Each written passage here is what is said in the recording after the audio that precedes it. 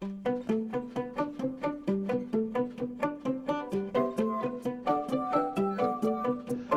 bienvenidos a la mala educación de esta semana. Nuestro punto de partida será la imagen imperial de Trump y su análoga en Milei. A esta altura no queda dudas de que Milei ha sido un experimento para testear las aguas antes de la llegada de Trump. Milei no es un emperador, sino un gerente. Pero en este nuevo orden de desensibilización, ser gerente implica encarar el espectro de un emperador. ¿Cuáles son las implicancias de esto? ¿Qué anticuerpos tenemos en la política, el periodismo argentino y la intelectualidad para hacer frente a esto? Vuelvo a traer a colación el concepto de la posconstitucionalidad en relación, por ejemplo, con los intentos de mi cancelación. Porque esto ya estaba presente en la era de Cristina Kirchner. Con Milei no comienza, sino que es la cultura woke la que habilitó la emergencia de un emperador y puso en jaque el sistema político argentino y, si es un test de lo que está pasando en Estados Unidos, mundial.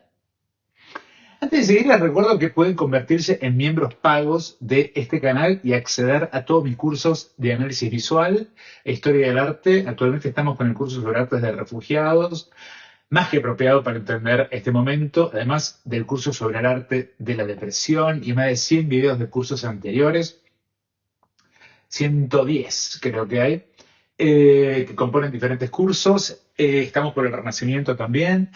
La colección sigue creciendo, así que súmense, ya hay más de 55 miembros activos. También suscríbanse acá abajo y empecemos analizando cómo la derecha aborda este tema.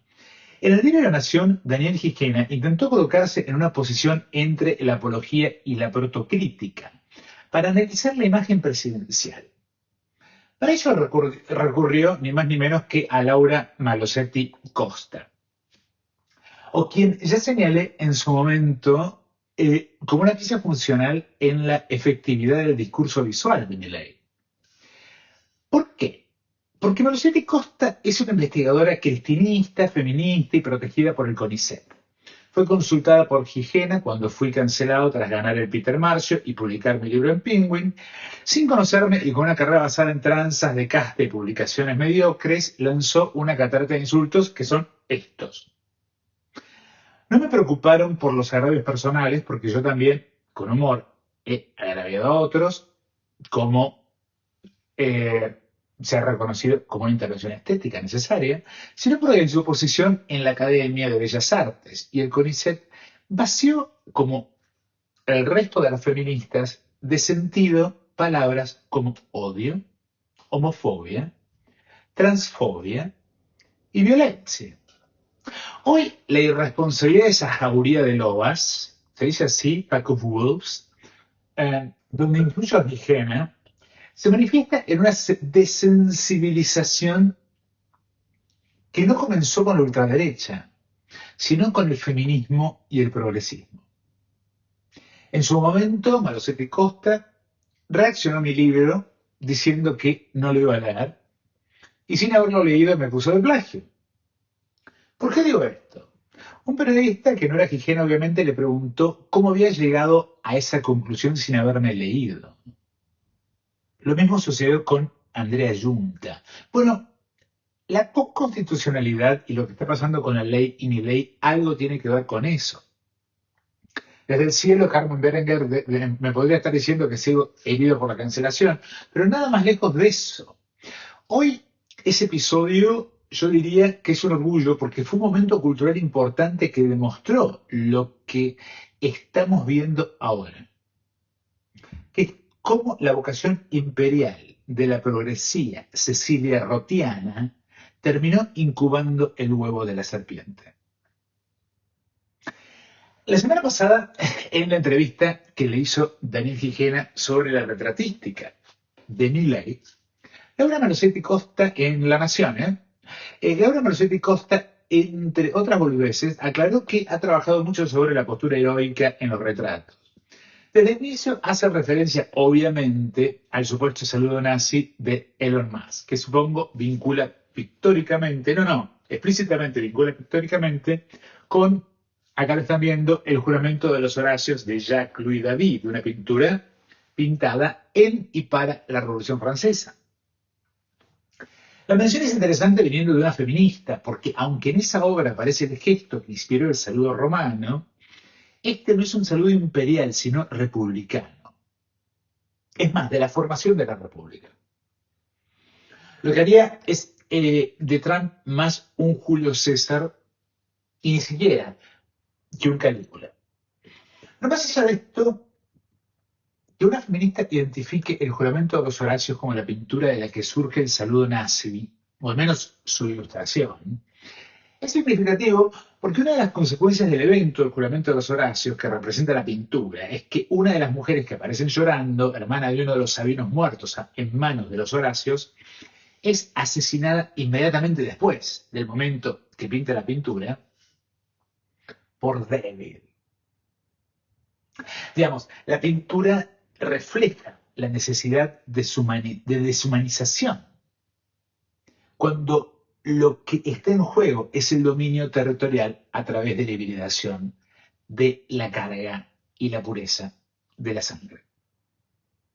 Y también muestra el peligro de definir identidades con criterios biológicos, en lugar de culturales o traumáticos, como por ejemplo lo hizo el feminismo de la segunda ola de Andrea Giunta con la vagina.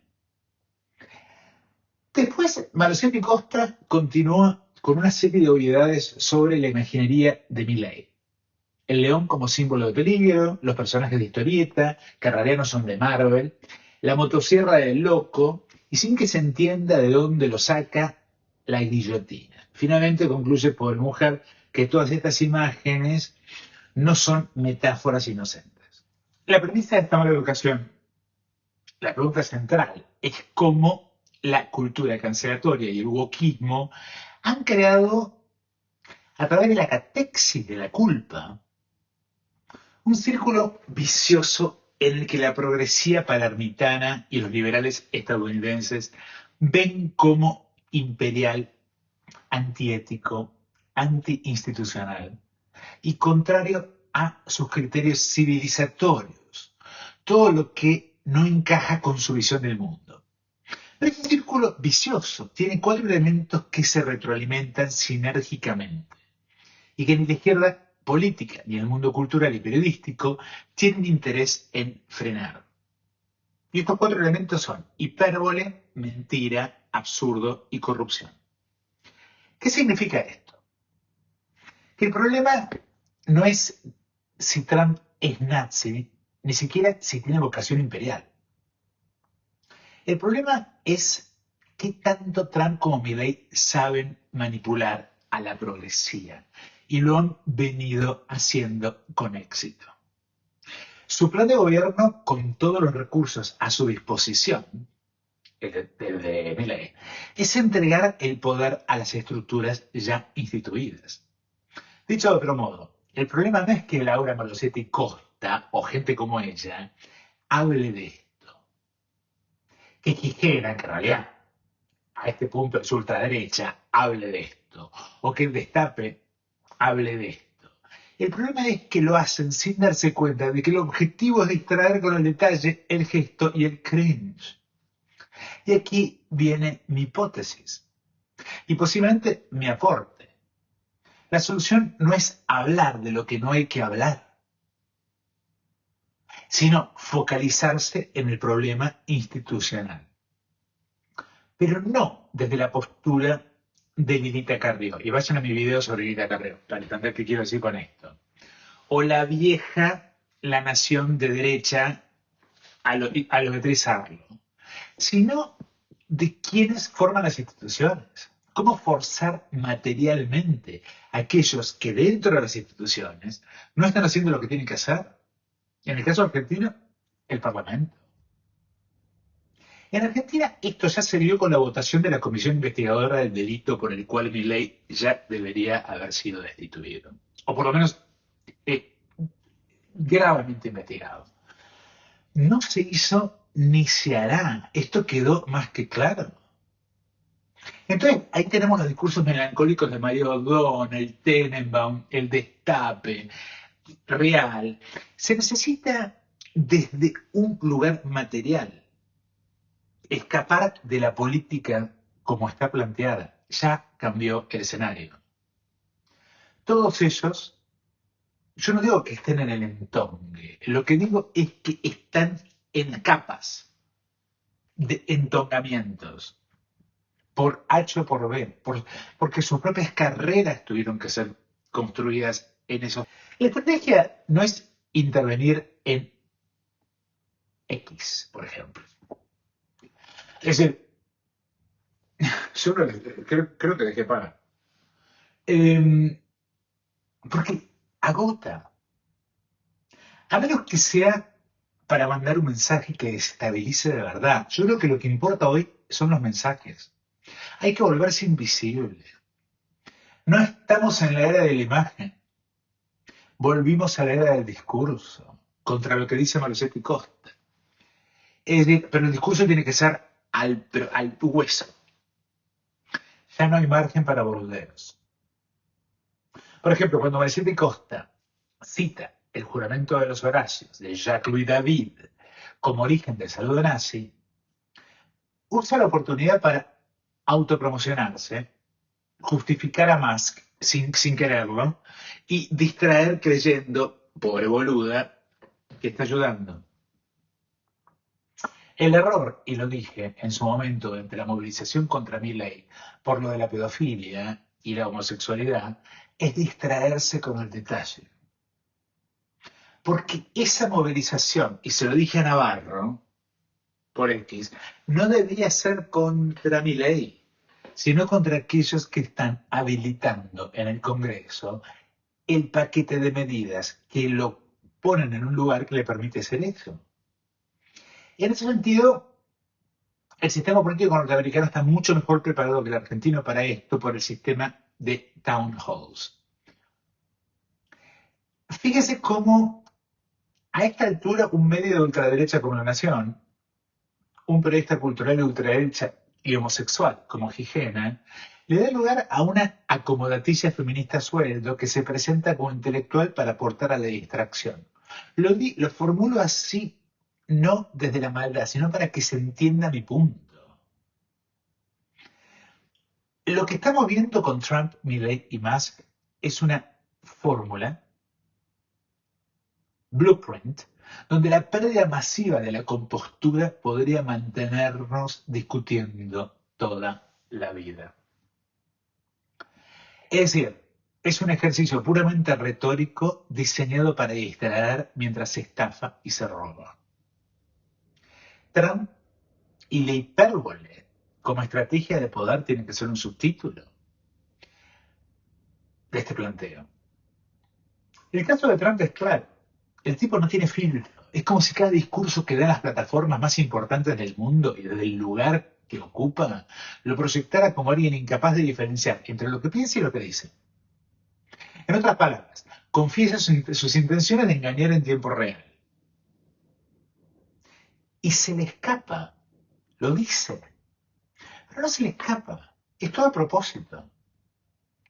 Un ejemplo, dice que la economía está bien, norteamericana, y el mismo discurso plantea el problema del precio de los huevos en Estados Unidos, que están carísimos y afectan la dieta de los estadounidenses. Está muy basada la dieta de los estadounidenses en huevos, a diferencia de la Argentina, por ejemplo.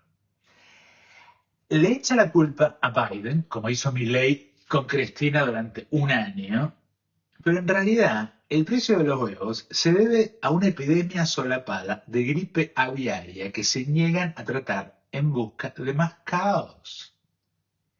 Otro ejemplo en ese mismo discurso donde Milley le dio la motosierra a Musk en el CEPAC.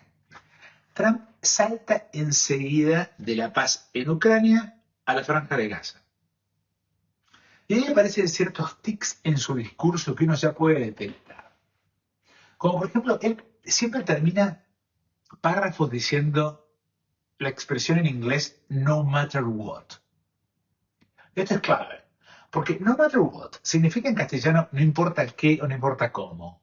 Pero en el contexto de Trump funciona como una relativización de lo que acaba de decir y al mismo tiempo como una amenaza velada. En ese mismo momento, frente al CEPAC, dice que la culpa de la guerra en Ucrania es de Zelensky, el presidente de Ucrania, porque nunca debió haberlo empezado. Esto que es totalmente contraintuitivo y va contra toda lógica, no importa.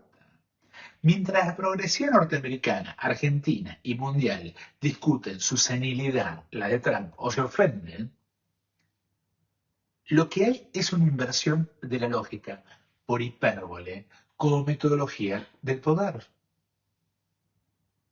Prueba de esto, que segundos después dice que es injustificable que el gobierno demócrata le haya dado a Hamás $100 millones para profilácticos.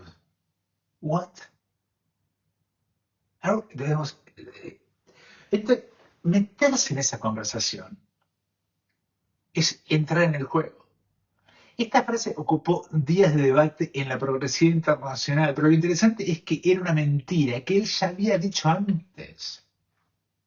Y acá está la clave de su estrategia, que es repetir una mentira que ya fue desmentida, pero retallar, exagerarla más. Primero fueron 50 y ahora son 100 millones.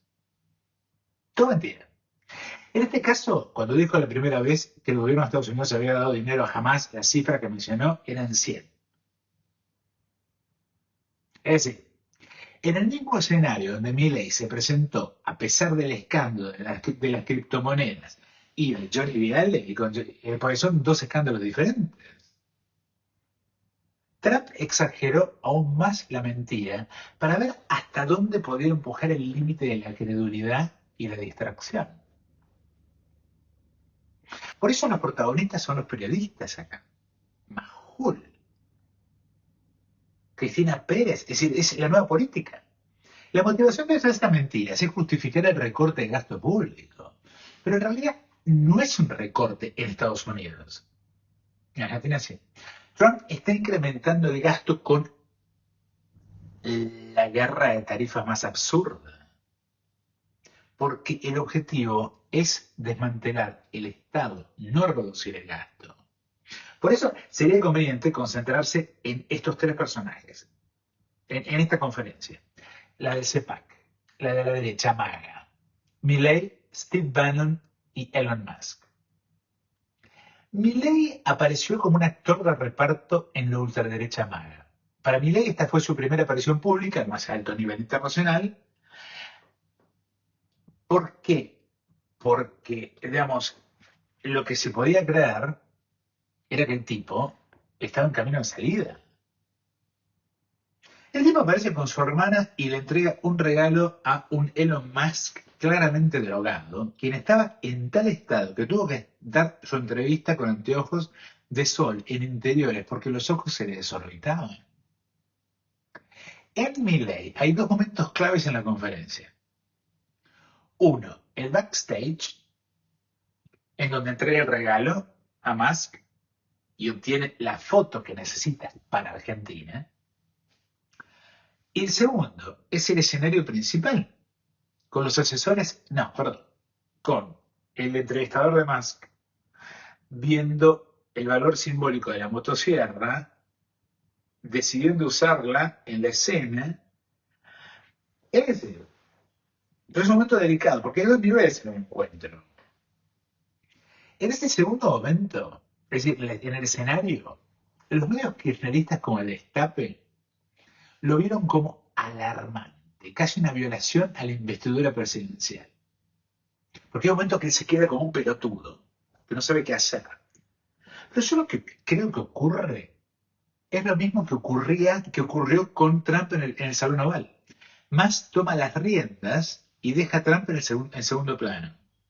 De hecho, su propio hijo es quien le dice a Trump que él no es el presidente, que se calle la boca.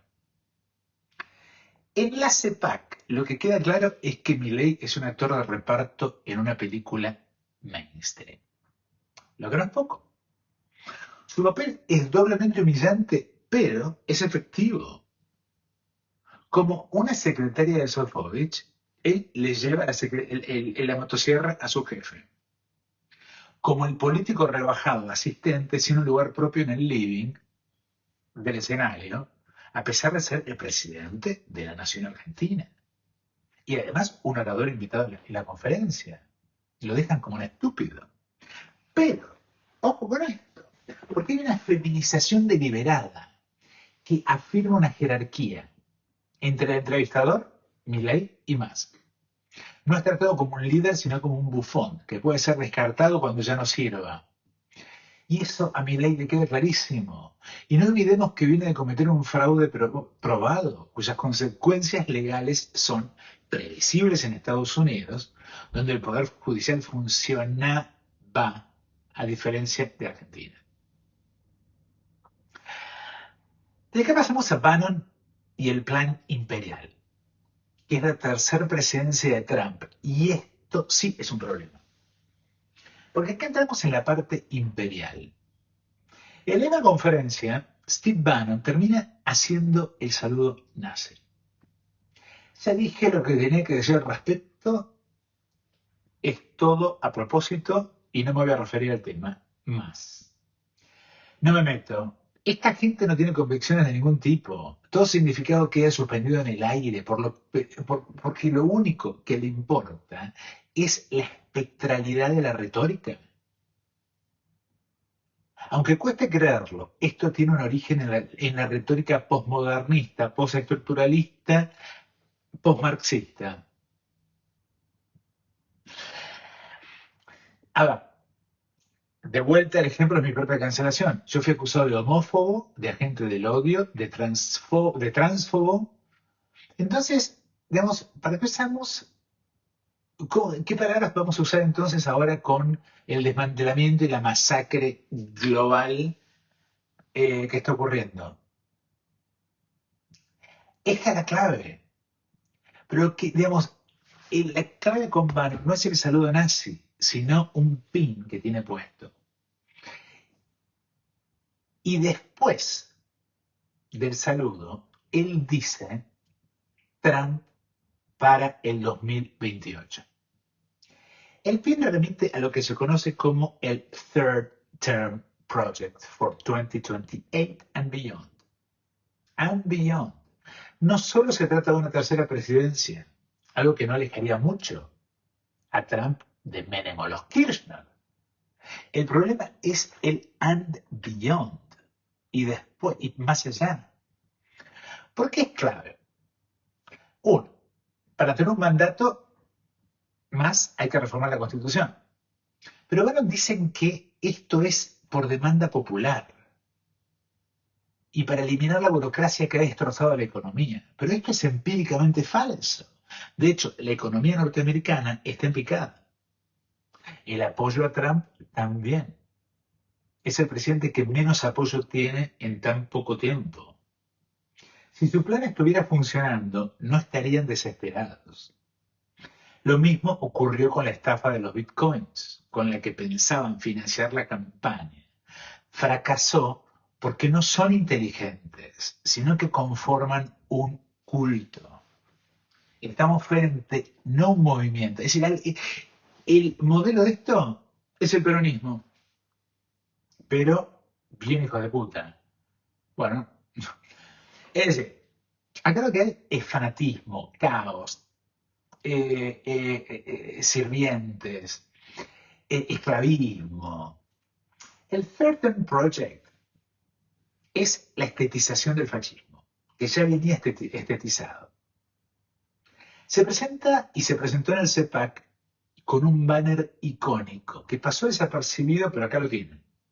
En la parte superior tienen el clásico águila norteamericana y en la parte inferior tienen este busto de Trump con estética no imperial, sino...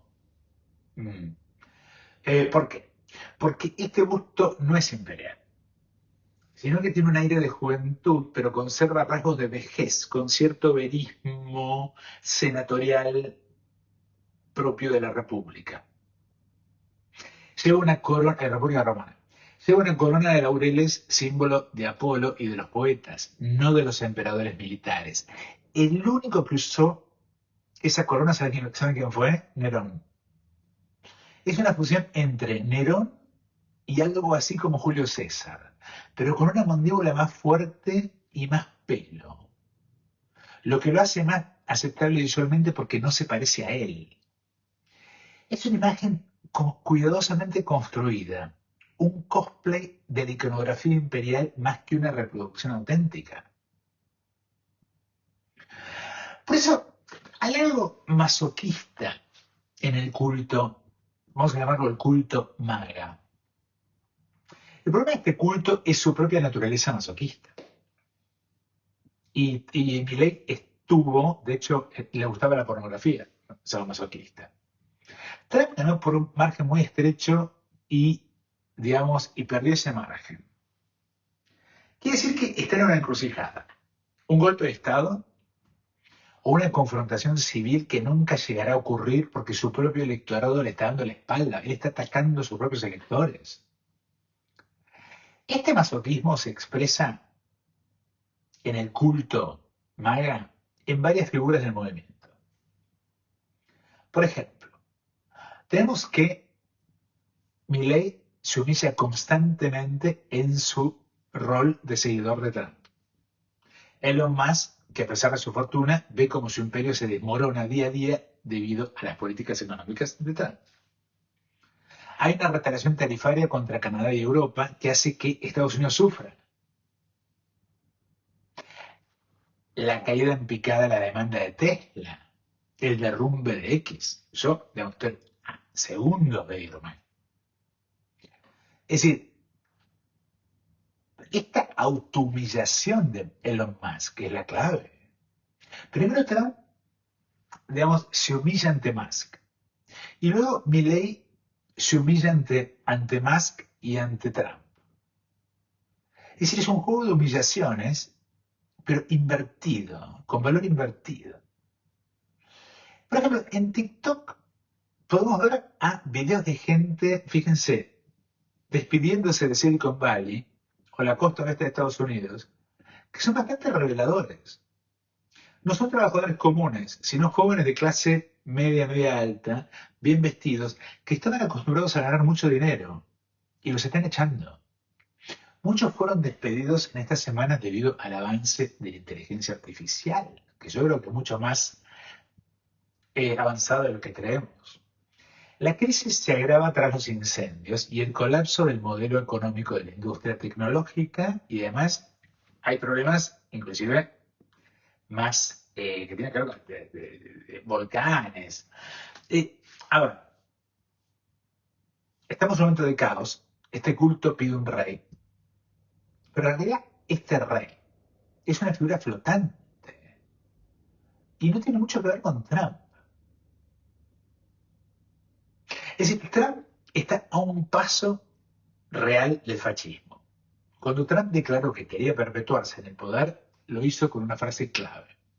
Y dijo, pero como dicen, no se puede un tercer mandato.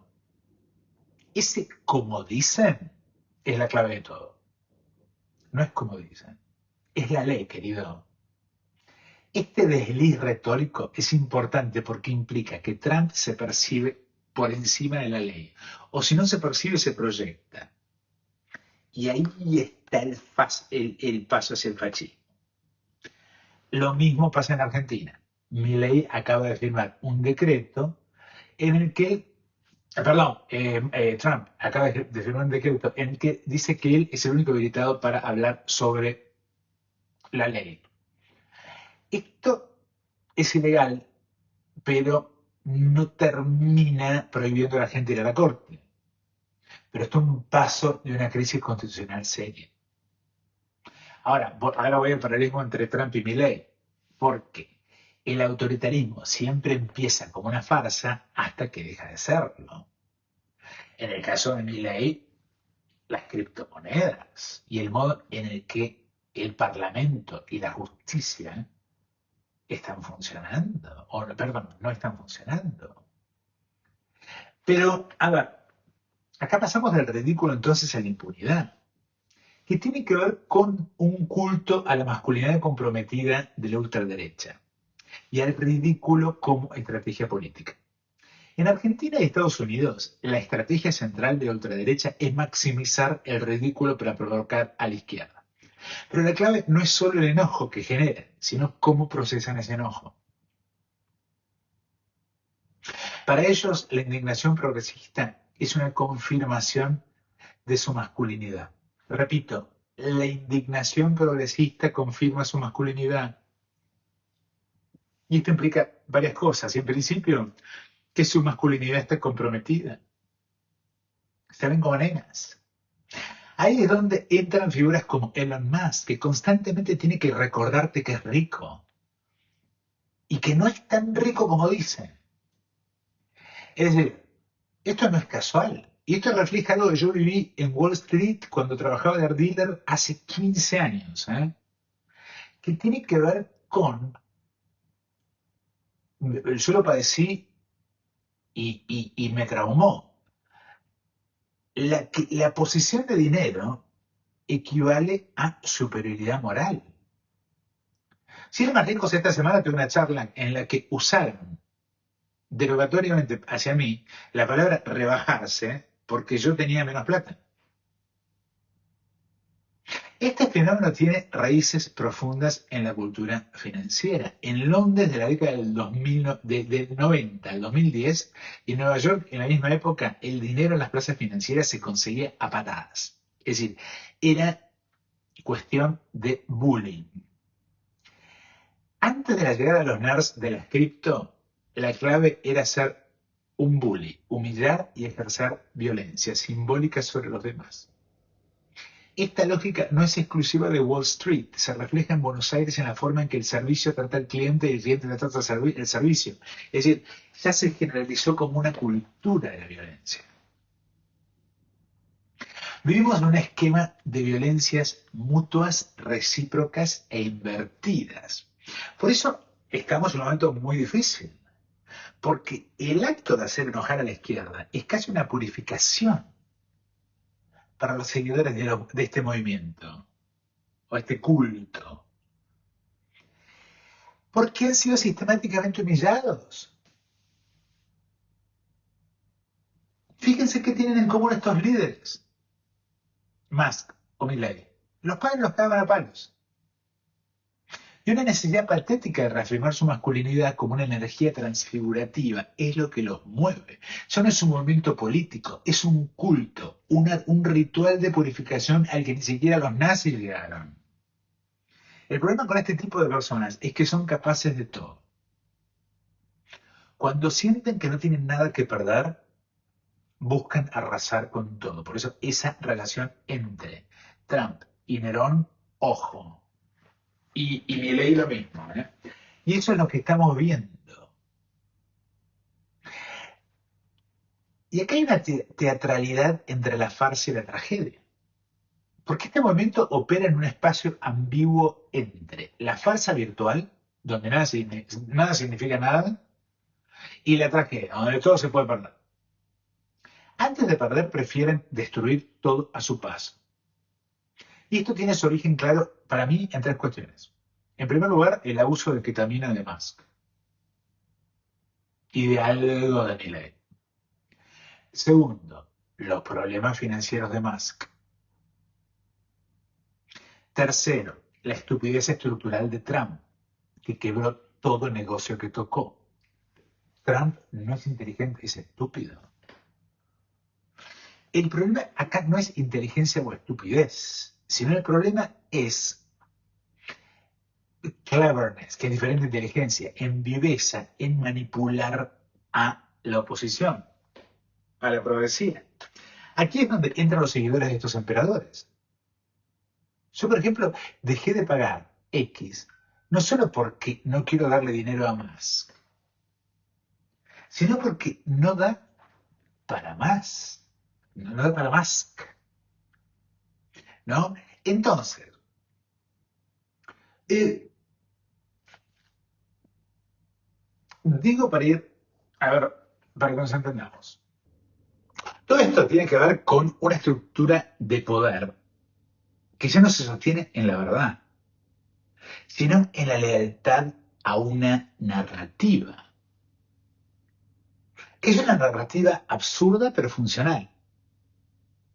La idea de que la creencia en lo irracional como prueba de lealtad es más fuerte que la creencia en lo verdadero tiene antecedentes claros en el siglo XX, desde el fascismo hasta los regímenes totalitarios, y se recicla hoy en la ultraderecha posmoderna, por llamarla de alguna manera. Lo que estoy señalando entre impunidad y lealtad es clave. Porque no es simplemente corrupción en el sentido tradicional, donde algunos vivos roban y alguien los encubre, sino que es una estructura en la que la impunidad se vuelve una moneda de cambio, dentro de un sistema de pertenencias, sadomasoquistas, posmodernas. Nadie puede salirse del juego sin que el andamiaje entero colapse. La izquierda tradicional sigue analizando estos movimientos desde la idea de intereses económicos o lucha de clases. Pero acá hay otra dimensión más simbólica, más visceral, que no están teniendo en cuenta. Milei no hace cosplay de Trump, sino de sí mismo, como un perdedor. Y esto para mí es clave, porque lo que significa es que ya no está imitando un modelo externo, sino que se está imitando a sí mismo para consolidar su propio mito. Y en un sistema donde la impunidad es moneda de cambio, la lealtad extrema se convierte en la única forma de asegurar supervivencia política. Y acá aparecen figuras como el Gordo Dan, por ejemplo, en donde hay gente, son lúpenes, hay gente que no tiene nada más. Esta es su única oportunidad. Esto le sale mal y terminan o muertos o presos. Lo mismo con Trump, ¿eh? Es decir, ojo, Trump se metió con la CIA, el FBI, Trump está en el horno. Por eso, Musk ayer mandó que todos los empleados le mandaron un informe a ver qué hicieron.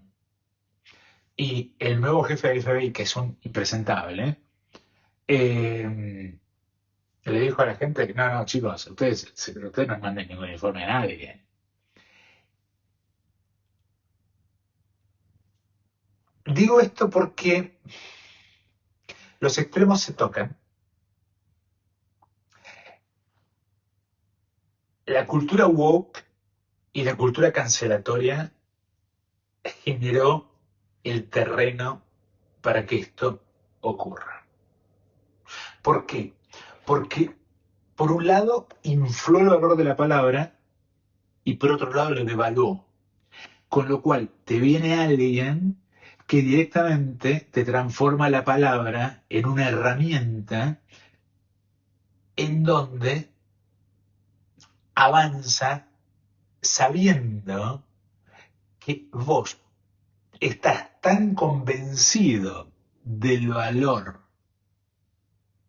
ético de las palabras por tu propia culpa, posiblemente blanca, o comodidad o confort, financiado por el Estado, como me lo explicó hasta, que digamos, te quedas absorto. Entonces, no sé cómo reaccionar. Y la primera reacción es la ofensa. Es el cómo se atreve. Está loco. Es verlo como fuera de la normalidad, como un glitch, como un cortocircuito, a Milley o a Trump. Cuando en realidad es el huevo que alimentó, digamos, la progresía es el huevo que alimentó a la serpiente. Vuelvo a el elitismo de Cecilia Roth. Hay un momento clave, ¿cómo se llama? Solano, no quiero decir el nombre de pila. Bueno, hay un momento en, estoy mirando el destape. Son varios programas en YouTube, son varios programas y eh, digamos, los mirás 5 minutos y después todo se vuelve, se reitera, pues es una discusión entre ellos, en donde termina con confirmaciones mutuas de cuánto saben y cuánto se merecen estar ahí. Pero, digamos, Jonathan ayer, y más, es decir, cuando intervienen con información que siempre se deforma en una postura melancólica que yo llamaría eticista. Es decir, hay hijos de puta, ojalá que cambien los senadores y que hagan lo que tienen que hacer. Bueno, a ver chicos, nos queda claro que no van a hacer lo que tienen que hacer. ¿Por qué? No sabemos. Creo que tenés algunos indicios con el que se fue con Lita en Paraguay, qué sé yo. Yo creo que acá estamos en Argentina en un sistema que entró en un periodo cleptocrático, autocrático, en el que todavía yo no entiendo cómo la Gendarmería y las Fuerzas Armadas siguen sin reaccionar. Me pregunto, en otro momento hubieran reaccionado. Porque la Gendarmería nos consta que no les alcanza para comer. Entonces, ¿por qué lo apoyan? Yo no estoy llamando un golpe de Estado. Lo que estoy llamando es una materialización del conflicto. Es decir, acá hay un conflicto que es, tenemos un presidente que es un fraude, que hace fraude criminal, y la casta política lo protege con una impunidad. El problema no es mi ley, el problema es la política. Entonces, si todavía hay posibilidades de movilización, no distraigan como distrae la progresía, el periodismo progresista, que los manda a todos a defender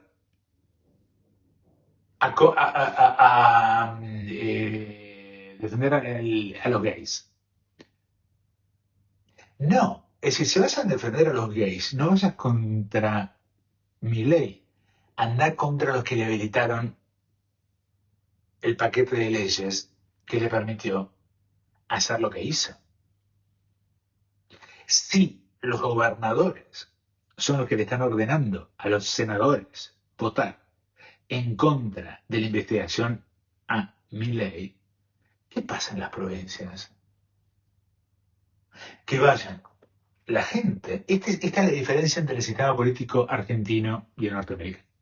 En el sistema norteamericano ya empezó a quebrarse la base de Trump. ¿Por qué?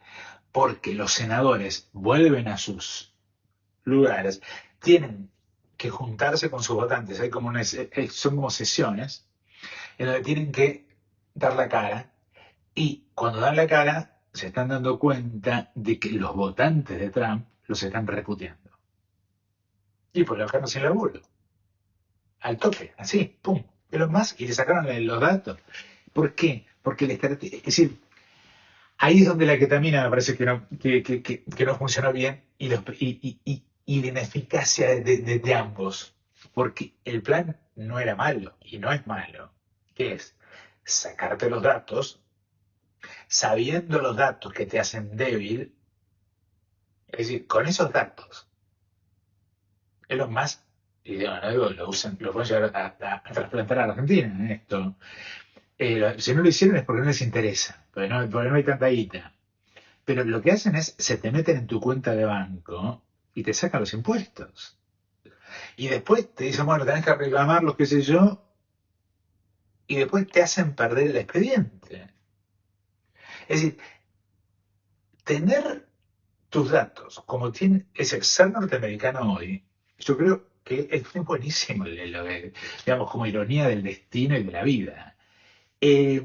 Porque ser ciudadano norteamericano hoy para mí debe ser posiblemente una de las cosas más peligrosas que te pueden pasar en la vida. Porque de golpe, yo después que me dan cara sin enterarte en este nuevo esquema. Por eso hay algo que se rompe del sistema. Ya empieza a aparecer en Estados Unidos voces que dicen que el Partido Demócrata en realidad es lo que yo acuso a, ya no al radicalismo, Leopoldo Moró, todo eso está absolutamente entongado con mi ley. Olvídate, olvídate. Cristina, el problema es ese, el problema es caer en esa telenovela. Entonces, si vas a atacar a alguien, ataca a esos. Lo que pasa es que no estamos acostumbrados a eso. Estamos en ese péndulo del jueguito en el que te empujan y te empujan. Pero bueno, ahora ¿quién es el enemigo? Milei. Entonces vamos todos a protestar contra Milei. Y si le sale bien el tema económico, entonces todo lo aguantamos. Y si no le sale bien, lo sacamos. Y viene el próximo. Y el próximo es lo mismo, pero con otro color. Y es lo mismo. Bueno, no, así está Argentina. En Estados Unidos el rol de los medios es diferente. En Argentina el rol de los medios se ha vuelto eh, un conflicto entre. Yo te digo, Majul y Cristina Pérez. Yo vi un clip hace 2 días y son lo que eran los enanos de corte en la corte de Felipe IV Habsburgo. Es decir, en la corte son los que mandan el mensaje, les pagan para que hablen en frente del rey y cuenten de los entongues que hay para que él decida. Es como que se amenazan en vivo. El discurso de Jonathan, yo creo que el monólogo de Jonathan Viale, el día que tenía que ir a pedir perdón y renunciar, yo terminé el discurso y era como, bueno. Es decir, el tipo, y al otro día, en X, Jonathan Viale estaba de vuelta, es decir, arriba del caballo y con el dedito levantado en nombre, pero literalmente, en nombre de la moral. Pero ese tipo, un cachetazo con la mano abierta. El tema es que hay que darle el cachetazo con la mano abierta. Este es el tema. ¿Quién le da el cachetazo? Y yo creo que ahí es donde puede empezar a cambiar la política. Es decir, ya no esperen nada de los medios, nadie. No esperen nada de la política, no esperen nada de eh,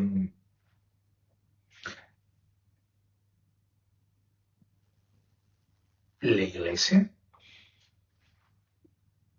ni de los rabinos. Es decir, están tan entocados todos. Mi discurso puede ser, como alguien dijo, cínico, nihilista o anarquista. Bueno, es llamarlo así.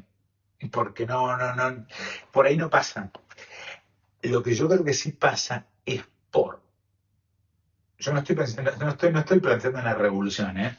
Yo lo que estoy planteando es, chicos, me parece que hay que retirarse de todos esos debates. Y cuando se moviliza en contra de los habilitadores, no de los que firman el decreto. Porque si no, te estás distrayendo. Eh, con esto quiero decir, para redondear, que no esta era imperial. No es tal. Recuerde que los emperadores duraban 2 años, por lo general. Y eran la guardia pretoriana la que los sacaba. Elon Musk no es la guardia pretoriana. Elon Musk tiene mucha menos plata de la que dice. Por eso se metió como loco, drogado, a hacer esto. Porque se cae. Eh, Donald Trump es exactamente lo mismo. La pregunta es otra.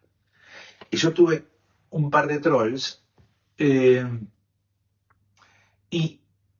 me interesó dialogar con ellos. Entonces es como que... es como que pero lo que me llamó la atención, y esto es algo que también escuché en el caso norteamericano, los que apoyan a MAGA y los que apoyan a Milei, no es que se comen las heces, no pueden escribir, digamos, no saben sumar. Es decir, estamos hablando de un tipo de gente border. Porque el votante normal resentido con Cristina, fíjate lo que dije hoy de Cristina, ¿no? Les extiende a Kicillof. Eh, ese votante normal, yo creo que ya no apoya a Milei. El problema es que tras Milei, que no desmanteló tanto como Musk en Estados Unidos. En Estados Unidos lo que está ocurriendo vaya a saber para dónde dispara todo esto, pero eh, tras esto tiene que haber una reconstrucción que tiene que tener que ver con la adaptación a un nuevo momento con nuevos peligros. Por eso hice el video de la semana pasada. El video de la semana pasada tuvo, hasta ahora en una semana 1500 vistas. Fue uno de los menos vistos. Y esto es el video en el que yo cuento mi ataque. Esto tiene que ver con la desensitización. No recibí ningún mensaje de nadie. Tiene que ver con es decir, este es el problema. El problema es que lo que está logrando todo esto es una desensibilización. Y esta desensibilización lo que va a terminar haciendo va a generar un nuevo tipo de sistema, olvídense de mi ley, pero un sistema de monarca flotante. Es decir, no tenemos, es decir, algo parecido al dogo veneciano, pero en lugar de tener Venecia, con todos los recursos y con todas las ventajas, y lo que tenemos es violencia, es decir, es como una cosa medio distópica. Porque ya hemos llegado a un punto absolutamente espectral, en donde nada tiene sentido, todo es ridículo. Entonces, ¿qué hacemos?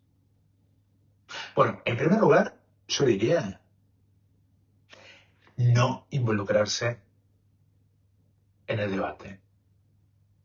Yo creo que ese debate ya no se puede tener. En segundo lugar, hacer lo opuesto a lo que te dicen que tenés que hacer. Te dicen que tenés que ser visible, hay que ser invisible. Te dicen que tenés que disfrutar tu libertad y expresar tu potencial y tu autonomía.